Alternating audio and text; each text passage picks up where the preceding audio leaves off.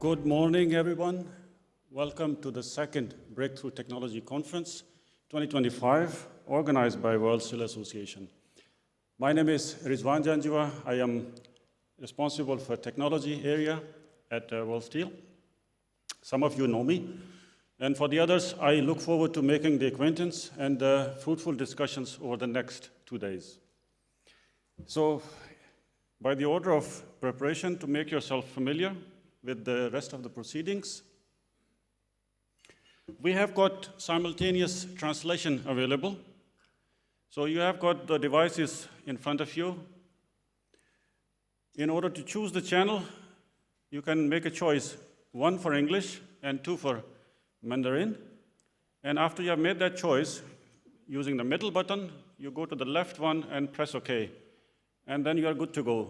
And the volume goes with the right side button up and down.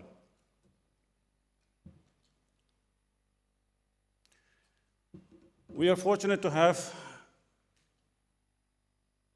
very good supporters, and it always helps. And you can see that on your screen, that we have been blessed with the very generous support of several of the very influential people in the value chain. It worked out fantastic when we started off in 2023, and we have had even more this time around. So it's a testament to the commitment of the entire value chain to the mission that we have at hand. To start off the safety briefing, in case of any fire alarm, the exits, please follow the green signs that lead you towards the outside of the building, and there is an assembly area. I've been told that there are no drills planned there, so please pay attention to if there is any alarm. To make yourself familiar with the World Steel antitrust guidelines, because we are incorporated in the EU, we follow the EU's very strict antitrust guidelines, and also around the world, wherever we hold those meetings.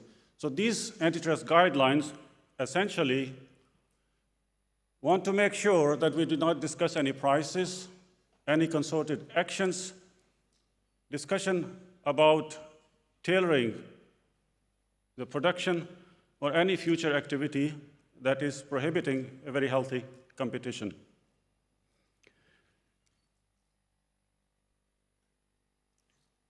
If you have not done that already, I would invite you to download the app that you can use to make the best use of this conference. It's available on iOS as well as Android. If you do not have the Wi-Fi yet, the code for the Wi-Fi is available on different tags there on your table. So use the Wi-Fi, download the app, and that app is going to help you connect with the like-minded people, with each other who are attending the conference there. And also, it gives you the notifications every time there is some change. You will get notified of that.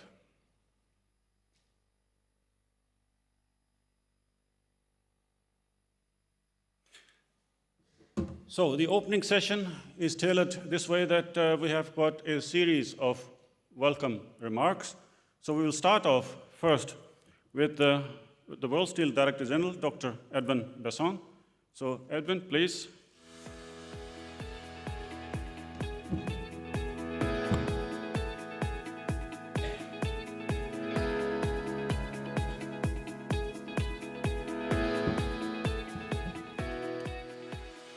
Good morning also from my side, and Rizwan, thank you for opening the morning for us. Let me start again also by saying thank you. Rizwan already thanked our sponsors, but let me also add my thank you to all of our sponsors. World Steel traditionally is a very closed discussion between steelmakers. World Steel is an association for steelmakers globally. Good morning also from my side, and Rizwan, thank you for opening the morning for us. Let me start again also by saying thank you. Rizwan already thanked our sponsors, but let me also add my thank you to all of our sponsors. World Steel traditionally is a very closed discussion between steelmakers. World Steel is an association for steelmakers globally, and you have to be a steelmaker to be a member. But this is the one event which we deliberately, or where we deliberately kind of push the boundaries, because we believe it's important to have discussions across the full value chain when we talk about technology and technology adjustments.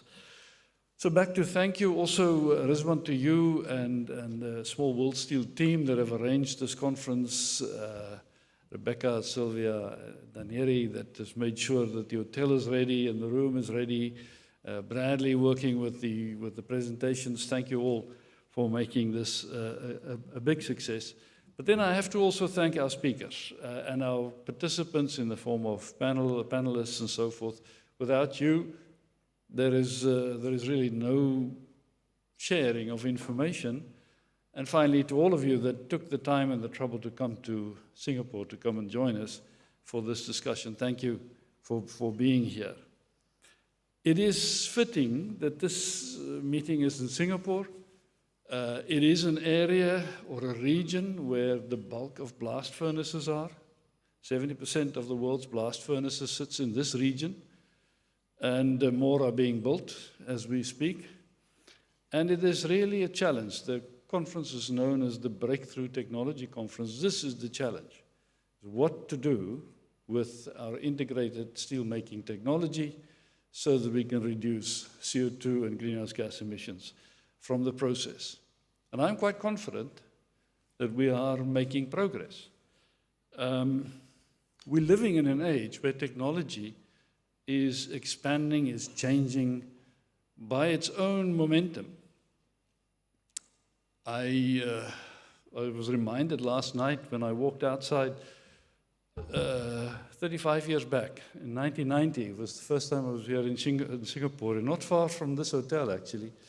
I was walking on the sidewalk, and it's the first time that I saw a mobile phone. It was a fairly big one in those days, not this size, about 25 times the size of this one, and it could only take calls. But everybody in the street looked around when the mobile phone was going off, and that was a deliberate technology choice that was made, and today all of us live by these things. So technology has a momentum to change on its own, and our challenge here is to get onto that momentum and see how we can harness that to bring some climate change benefits as well. Yesterday we had a regional discussion to see what are the latest developments region by region in terms of technology progress. And I really enjoyed the discussion yesterday. It was quite clear to me that between where we were 2 years ago to where we are today, a lot more thinking has gone into what kind of technology adjustments do we need to do, and how are we going to go forward. We've also become a lot more clear around many of the challenges, the availability of sufficient energy of the right quality and the right kind, the potential to get easy access to things like hydrogen, and how to think about that. And I think these are challenges that we are probably not yet clearly understanding, but which will have a real impact in how we are going to harness and implement technology as we go forward. But this is really why we are here, is to have a global sharing of ideas and information around these technologies that we will need to adjust to continue to make the steel industry sustainable. But I said a lot is happening, and this was yesterday already clear. We are in World Steel, when we track new projects that is specifically designed and implemented with climate change focused technology in mind, we are quite convinced that we're only beginning to see the start of a range of new projects that will all begin to be becoming effective or implemented in the next 5 years.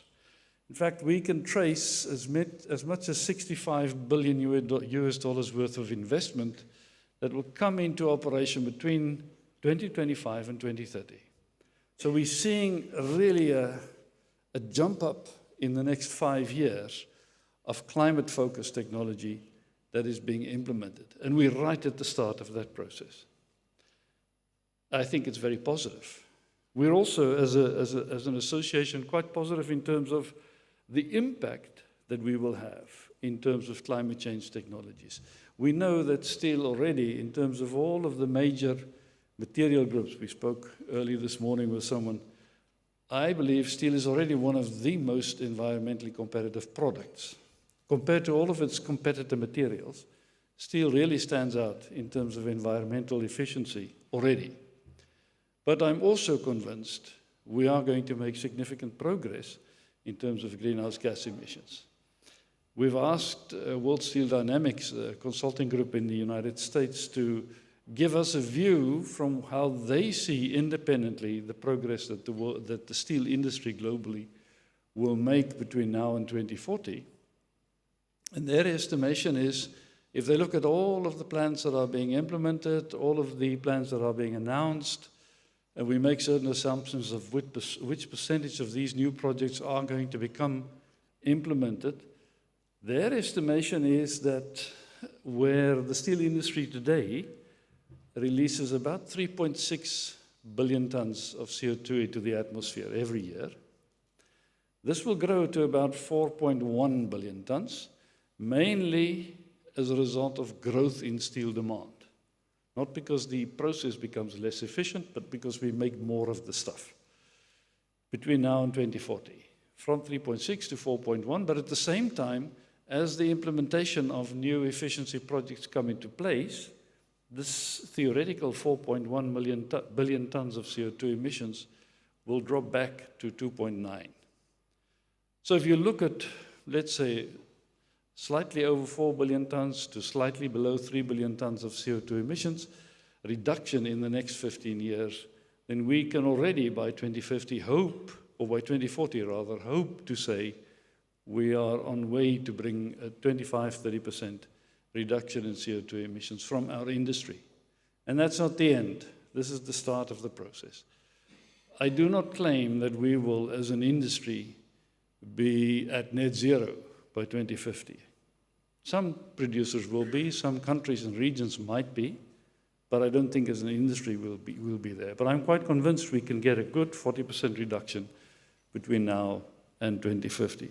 So I'm quite optimistic for our industry. I'm optimistic for the technology growth that will take place. But the key will be how successful can we do these new breakthrough technologies, particularly in the integrated production route. In the regional discussion yesterday, I mentioned that when we in World Steel 5 years ago said, what can we be doing in terms of climate change? We kind of identified 3 major streams of activity. The first one was just to be more efficient in what we are doing with existing technologies. That will bring some benefit. The second one, maximizing the benefit of scrap use and other metallics use. This is already the case in most developed steelmaking regions, and China sits in front of an opportunity where scrap generation is going to grow, and therefore it provides China as a region with significant opportunities to adjust the steelmaking process and bring down CO2 emissions. But the key in the long run is going to be, what do we do with integrated steelmaking technologies? Because 50% of steel demand, way into 2070 and beyond, will still need to be produced and satisfied through the integrated production route, most of it in this region. And therefore, we need to work together to explore what we can do and how we can reduce greenhouse gas emissions in steelmaking as a process. Secondly, it's not going to be a single solution only. Technologies differ, raw material supply lines differ, energy systems differ. There will be a multitude of solutions, and we should explore all of them. Because this is a global problem, but the implementation will have to be regional or local. And therefore, we should be able to understand which of the available technologies we pick and choose for our specific application at local level. And if I look at what's happening, as I've said, I'm very, very optimistic. We get results of experimental work that's being done in this region that is delivering very interesting results in terms of CO2 emissions reductions. And we are beginning to see examples of new ways of thinking how the supply chain could work. So I think we're at the verge, at the edge of a very, very exciting 10 to 15 years in our industry. Steel industry is always exciting, but it's going to be specifically exciting in the next 15 years. I wish us all a very, very good conference. Please share your ideas, let's discuss, and hopefully in 15 years, when I'm old and gray, we can come back and say, yes, we had a big success. Enjoy the conference. Thank you.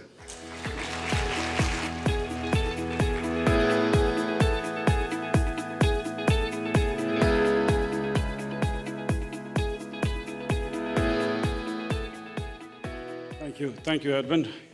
It was a very positive note, and that would have really stirred up everybody into action for discussions today.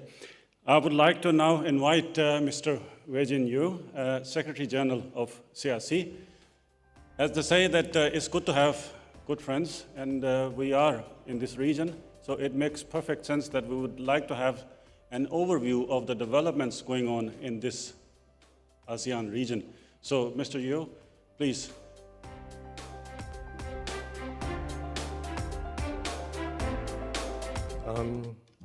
Dr. Edwin BASSON, Mr. Rizwan JANJUA, distinguished guests, ladies and gentlemen. Good morning to all of you and welcome to Singapore. Let me begin by thanking Dr. Edwin BASSON, Dr. Rizwan for the kind invitation to speak here today. It is a great honor to me as a Secretary General of the Southeast Asia Iron and Steel Institute to join this distinguished gathering and share a brief overview of the ASEAN steel industry in the context of the important conference on breakthrough technologies. Over the last few weeks, Southeast Asia has been devastated by a series of climate-related disasters in history. Typhoon Kato has cut across the Philippines, created a lot of floods and devastation in both Philippines and Vietnam. Tropical storm Senya, first to be formed in the Straits of Malacca, never before, devastated parts of Indonesia, Malaysia, Thailand, claiming over 600 lives and displacing over 4 million people. In early November, deadly floods devastated parts of Vietnam, killing dozens of people, and the Philippines endured 2 typhoons in a week, Typhoon Kamagi and Phung Wong, forcing more than 1.4 million people to evacuate. All these wrecked homes, infrastructure, and livelihoods. These are not isolated events. They are becoming more frequent and more destructive. This is the climate change made real. And for ASEAN, the message is clear. We must act urgently and collectively to transition to a low-carbon future, not just for economic survival, but for the lives and the well-being of our people. Governments across the ASEAN 6 countries, namely Indonesia, Malaysia, Philippines, Singapore, Thailand, Vietnam, are no longer standing still. Over the past 2 years, as I have warned, we have seen a remarkable acceleration in decarbonization policies. Net zero targets are being brought forward, with most aligning to 2050. Just last week, Thailand submitted their NDC to United Nations, and they have moved their net zero targets to 2050 from the original date of 2065. Indonesia is also considering doing the same. to move the net zero target from 2060 also to 2050. Carbon pricing mechanisms, including carbon taxes, emission trading systems, are being developed or implemented. CBAM, local CBAMs, will also feature as part of the carbon markets in ASEAN. Both Malaysia and Thailand have indicated in their draft climate policies, as well as industry roadmaps, that these will be introduced alongside carbon taxes. National taxonomies are guiding sustainable finance, while MRV systems and clean energy investment incentives are multiplying across the region. Infrastructure plans for hydrogen, CCUS, and renewables are underway. The question I get is, given such a short time, can ASEAN meet all these net zero targets? I think that's not the right question. The question really is, can we do it at all? And I believe that today, the foundation is being laid and the direction is irreversible. The ASEAN steel industry continues to grow. In 2024, we recorded 81.2 million tons of steel demand, finally surpassing the pre-pandemic levels. But this strength marks deeper vulnerabilities. Today, ASEAN faces one of the highest import penetration rates globally.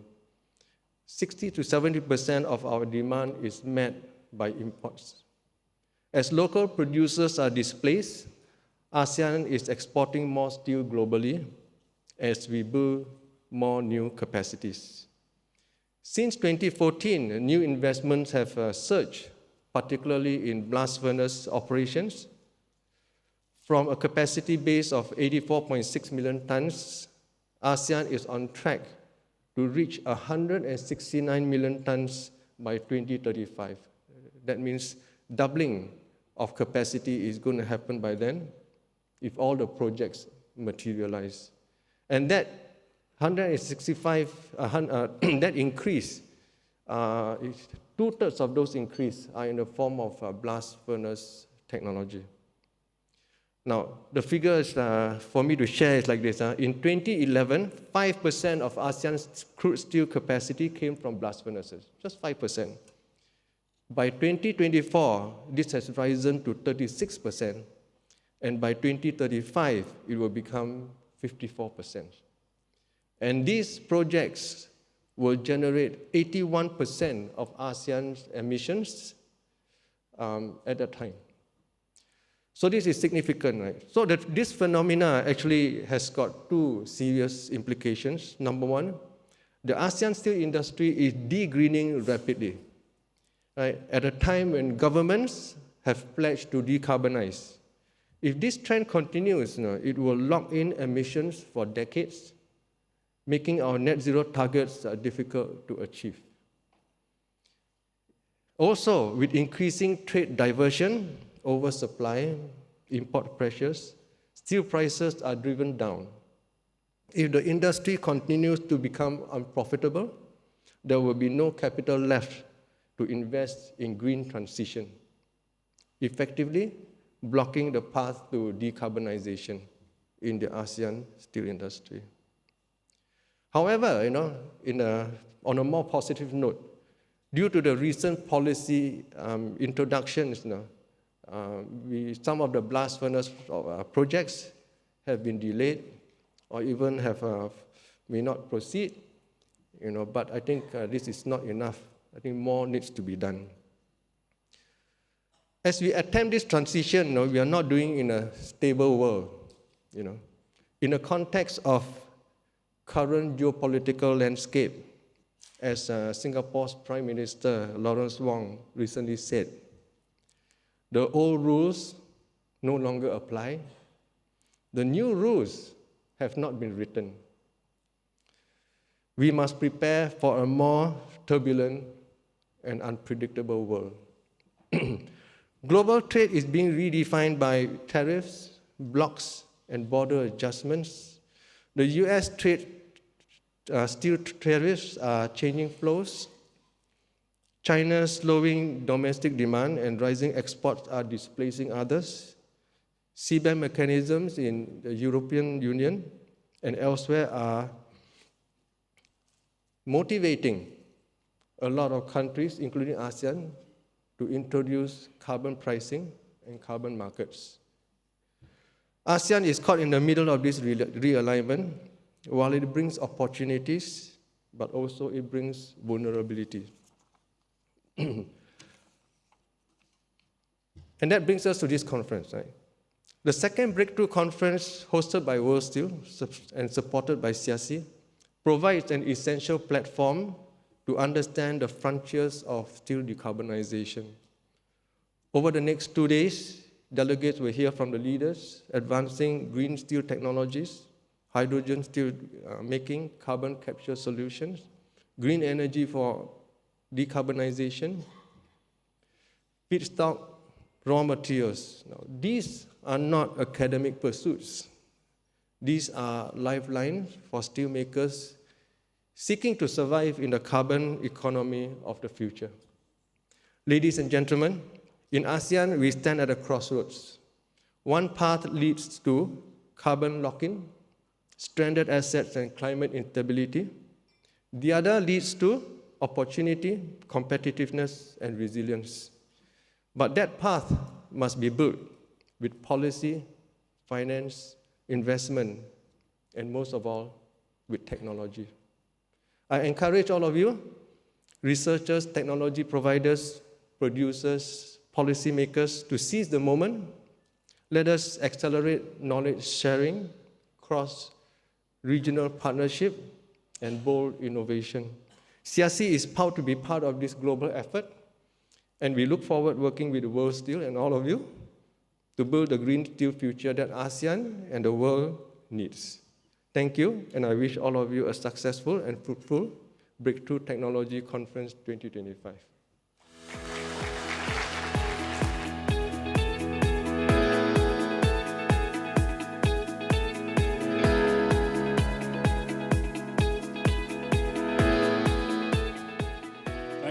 Thank you, Mr. Yu. It was a fantastic overview of the ASEAN countries, and then especially that really sticks out why we are here. The global challenges that are faced by the industry, and also the need for us to talk to each other. When we started in 2023, we had some part of the value chain. There were some steel makers, solution providers, and there was some discussion that something is missing there. So we said that why do we not start including the upstream side of the value chain? And that is, this time around, we have got 3 iron ore producers, and some of them, they are the supporters of this conference as well. So I've been to a number of conferences. The dialogue is very diverse. There are some parallel sessions going on. And if you really want to understand one subject, you are really hard pressed. You go from one session to the other, the attention is all over the place. But this one is a very, very focused event. And I'm pleased that the feedback that I have received, that if you really want to understand the decarbonization or where we are, that's the place to go. It might not look quite a large crowd, but it is the right type of crowd there. There are steel producers there, the OEMs are there, the upstream side is there. So make the best use of these 2 days. I would now invite a very good colleague, a mentor, Dr. Kisoo Kim, the Group CTO of POSCO. Dr. Kim, again, holds another position that is very close to me because I am responsible, or I am the secretary of the World Steel Technology Committee, and Dr. Kim is the current chairman of the committee. Dr. Kim, please.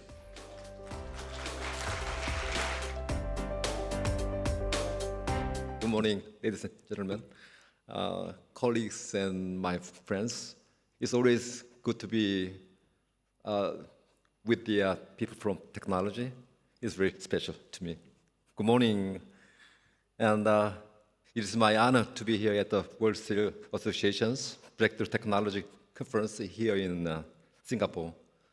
This conference is organized to discuss the future of the steel technology and share the progress of the low-carbon technologies, including CCUS, energy efficiency, and hydrogen-based iron making.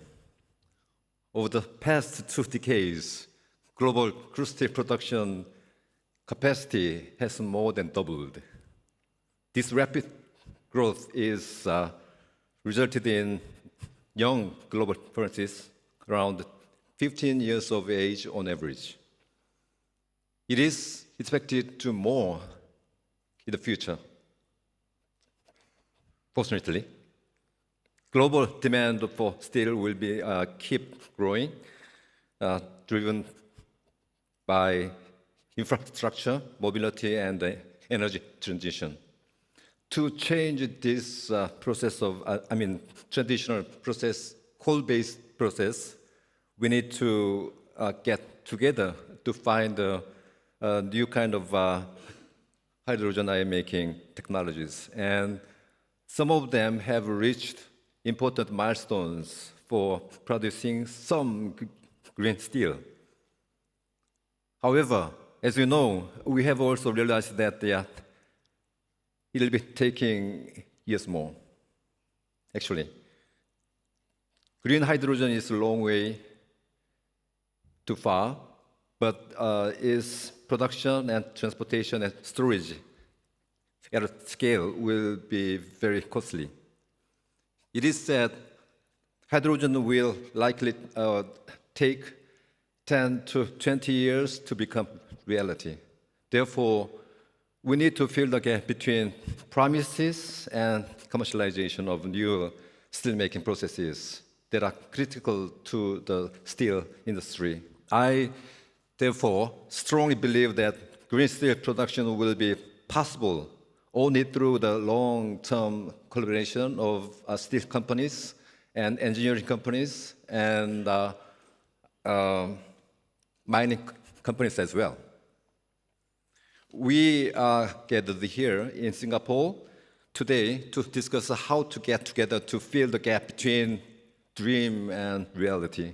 We are going to share knowledge, data, and case studies and learning from each other's successes and also failures.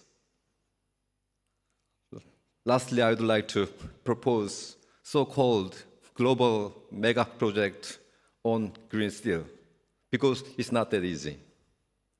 It could be a platform for collaboration among numerous partners. And collaboration will reduce the investment burdens and increase the speed of scaling up innovative technologies. Deep emission reductions are not achievable without a deep collaboration for technological innovation. Thank you very much, and I look forward to working with all of you. Hope you enjoy the conference. Thank you.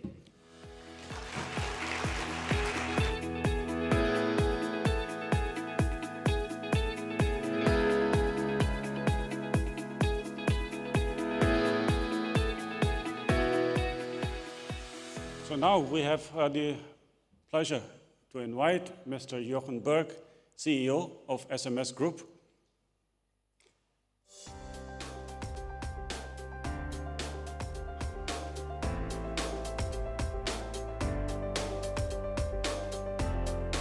Morning, ladies and gentlemen. Our industry is at a turning point. The challenge is to decarbonize production and at the same time being competitive. We at SMS are committed to being a trustful partner in this interesting and quite challenging journey. Why? Because this journey requires flexibility, economic viability, technological excellence and experience to create tailored solutions. Every steelmaker faces unique conditions. SMS technologies address that and bring the different constraints in the operations, be it energy consumption, iron ore quality, or regulatory framework. Decarbonization technology is not a one-size-fits-all. It requires a solution that solves what truly matters to you. Our joint mission is clear. We aim to secure the future of steelmaking, and that means solution must remain economic viable and achieving significant CO2 reductions. We act as pioneers in the development of those technologies and as partners for the industrial scaling. Together with Stegra, Thyssen, Krupp, or Saarstahl, we are transforming the European steel industry. And I would also like to thank you very much, Dr. Basson. The biggest challenge in that industry for the moment is to transform the integrated route. So you stated that in your speech, more than 50% still blast furnaces. Therefore, we are very proud to say that we will realize our EasyMate technology with Tata Steel for the Indian market. It's a flexible solution that significantly reduces CO2 emissions of the blast furnace by retrofitting it and electrifying it.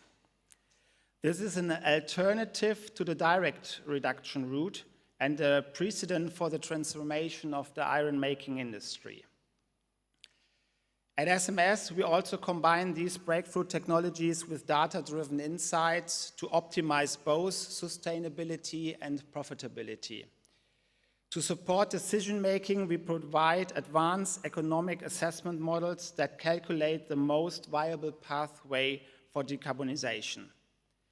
These tools consider all relevant factors, from energy prices to raw material availability, and translate them into clear, accountable insights for you and your customers. This enables us to define the best available technology with customers for our customers. Later on today, our CTO, Thomas Hansmann, will explore opportunities in his presentation. I invite you to join that session, and I also invite you to visit us at our booth just around the corner. Let's discuss your specific challenges and how we can work together to shape a sustainable future for steel. Thank you very much, and see you at our booth. Thanks.